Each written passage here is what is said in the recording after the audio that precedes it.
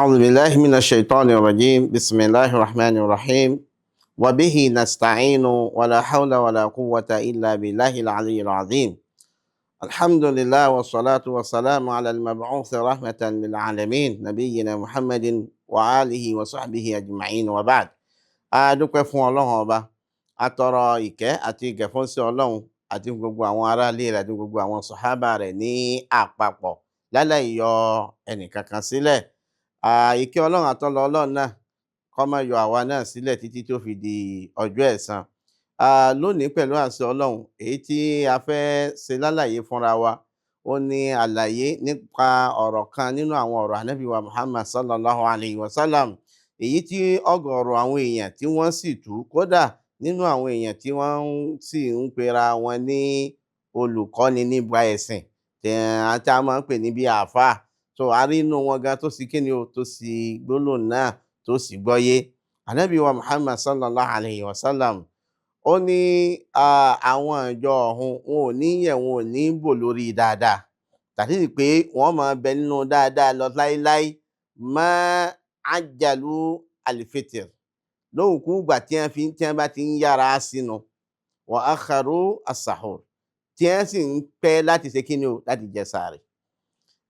Àsìgbọ́ tí ń bẹ ń bi eléyìí ó ní wípé máa ajalu alifitir lóhùnkú ìgbà tí wọ́n bá ti ń ṣe kíni o, tí wọ́n bá ti ń yára sínú. Ẹlòmíì wá gbọ́ yé pé ìyára sínú ni ká sínú kásìkò rẹ̀ tó ṣe kíni o, kò tó tó. So eléyìí ó bùkátà ká ṣàlàyé ẹ̀ dáadáa. Ìtumọ̀ ta'jilul fitr ká yára sínú tí ànábì sallallahu alayhi wa sallam ti ń sọ òun náà ní kọjá sí pé kété tí oòrùn bá ti wọ̀ tá a fẹ́ sínú báyìí ká má jẹ́ nǹkan kan ó dí wa lọ́wọ́ ìsínú tá a fẹ́ ṣe kíni o, tá a fẹ́ sí títí tá a fi ṣe kíni o, tá a fi nǹkan sẹ́nu. Kété tóòrùn bá ti ń wọ̀ báyìí ìní ká ti ṣe kíni o, ká ti sínú. Ẹ rí i pé ọ̀pọ̀lọpọ̀ ńgbà míì pàápàá jùlọ tí ó bá fìlì àwẹ̀ tó bẹ́ẹ̀ tó bá rí i pé àwẹ̀ ò gbu òun a máa rò ó pé ẹ wò nígbà bá ṣe tán ní akíṣà ìtàn èmi ò tó lọ ṣe kíni o, ń lọ sínú papọ̀ ọjà yìí. So eléyìí kò bá súnà ànábì wa Muhammad sallallahu alayhi wa sallam. Ẹ má gbàgbé pé súnà ń ṣe ọlọ́run ọba àlékiọlá òun lélẹ́yìí. Tó o bá ṣe bẹ́ẹ̀ kì í ṣe pé ọ̀làwẹ̀ ṣùgbọ́n ó ṣe kíni o, ó ṣe súnà ànábì wa Muhammad sallallahu alayhi wa sallam.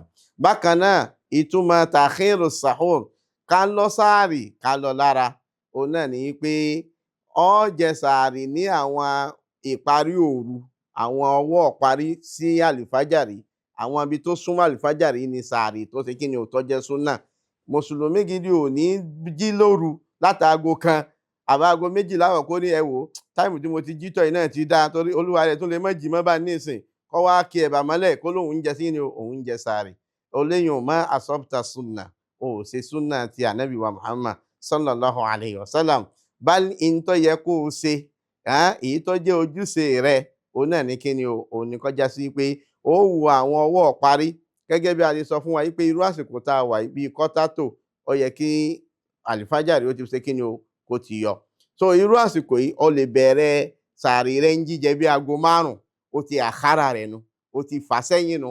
So ó wàá jẹ láti bí aago 5 títí tí ó fi di pé wọ́n fẹ́ pe àlìfájàrí. Tó bá ti gbọ́ as-salatu khayrun minan nawm wá ṣe sùúrù pẹ̀lú ọ̀rọ̀ as-salatu khayrun minan nawm tó gbọ́ o, torí pé àwọn kan ti mọ́pa lórí aago 5:30 kọ́ wá jẹ́ sí pé ìgbà tó yẹ kó máa gbádùn sàárì rẹ lọ ni wọ́n ti ṣe kíni o, wọ́n ti dìlé rẹ̀. Kọ́kọ́ ṣèwádìí pé àsìkò owó lásìkò sínú, àsìkò owó lásìkò sàárì, ìgbà yẹn iná ló fi gbádùn irú àwọn nǹkan tá à ń ṣe kíni o, tá à ń ṣe ní àlàyé fún wa yìí. Ní ṣókí òní wípé kìí ṣe pé ká sínú before àsìkò rẹ̀ òun ni wọ́n ń pè ní ta'jilul fitr. Kìí sì ṣe kọjá yìí pé a ti wá tètè lọ jẹ sàárì wa láago kan ó ní ta'khiru kíni o as-sahur, bí ó ṣe pé a lọ lára di ọwọ́ parí òru tí bí yóò máa súnmọ́ bí kíni o àlìfájàr. So ká tó ṣe kíni o, ká tó jẹ sàárì wa.